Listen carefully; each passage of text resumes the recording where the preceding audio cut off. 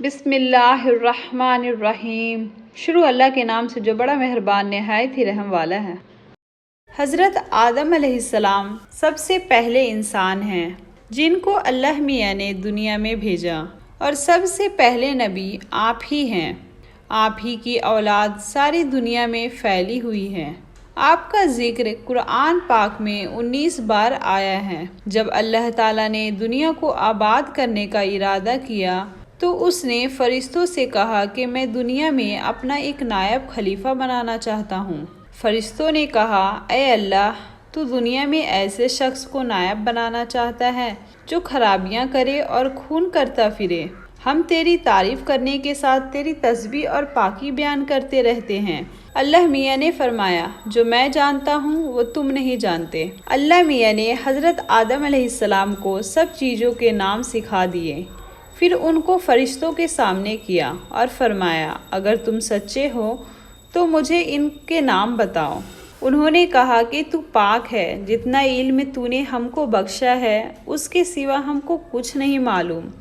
پھر اللہ میاں نے فرشتوں کو حکم دیا کہ تم آدم علیہ السلام کو سجدہ کرو، تو وہ سب سجدے میں گر پڑے، مگر شیطان نے سجدہ نہیں کیا۔ اس کا ذکر پہلے بھی آیا ہے۔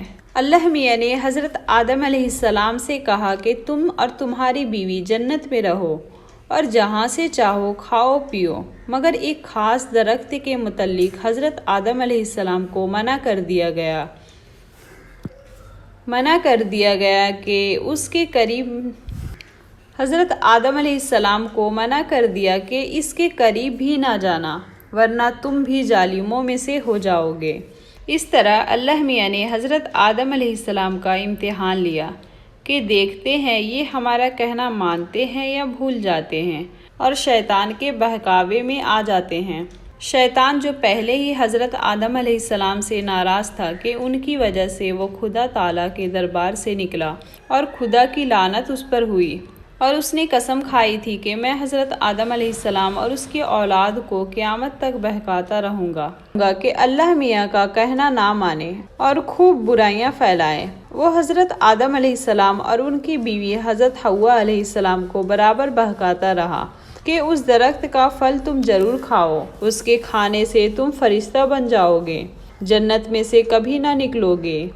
آخر ایک دن حضرت آدم علیہ السلام اور ان کی بیوی حضرت حوا علیہ السلام بھول سے شیطان کے بہکاوے میں آ گئے اور درخت کا پھل کھا لیا۔ پھل کھاتے ہی دونوں ننگے ہو گئے اور جنت کا لباس ان کے بدن سے غائب ہو گیا، اور وہ جنت کے پتوں سے اپنے بدن کو چھپانے لگے۔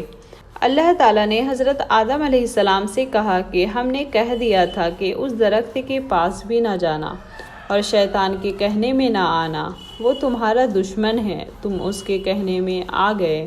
اب تم اور حوا جنت سے چلے جاؤ اور دنیا میں جا کر رہو۔ حضرت آدم علیہ السلام کو جنت سے نکلے اور شیطان کے بہکاوے میں آنے کا بہت رنج ہوا، اور بہت عرصے تک اللہ تعالیٰ سے معافی مانگتے رہے اور روتے رہے کہ اللہ تعالیٰ مجھے معاف کر دے۔ آخر اللہ میاں کو رحم آیا اور حضرت آدم علیہ السلام کو یہ دعا سکھائی، اے ہمارے رب، ہم نے اپنے اوپر ظلم کیا اور تو ہم پر رحم نہیں کرے گا تو ہم بڑا نقصان اٹھانے والوں میں سے ہو جائیں گے۔ تو حضرت آدم علیہ السلام نے یہ دعا بہت گڑ گڑا کر مانگی۔ اللہ میاں تو بہت رحم کرنے والے ہیں۔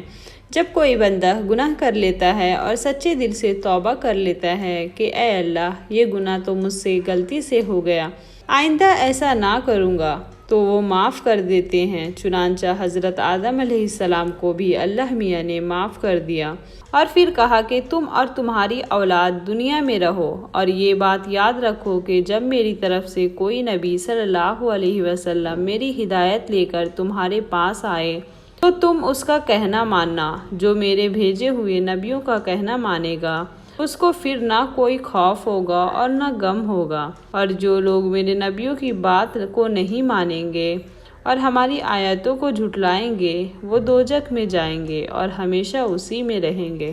اس کے بعد حضرت آدم علیہ السلام اور حضرت حوا علیہ السلام دنیا میں رہنے سہنے لگے، خوب جی لگا کر اللہ کی عبادت کرتے۔ ان کی بہت اولاد ہوئی اور دنیا میں سب جگہ آباد ہوتی رہی۔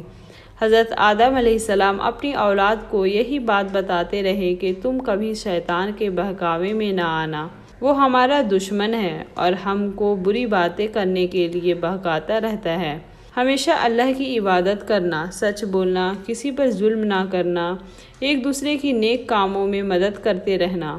آخر کار حضرت آدم علیہ السلام 900 سال زندہ رہ کر وفات پا گئے۔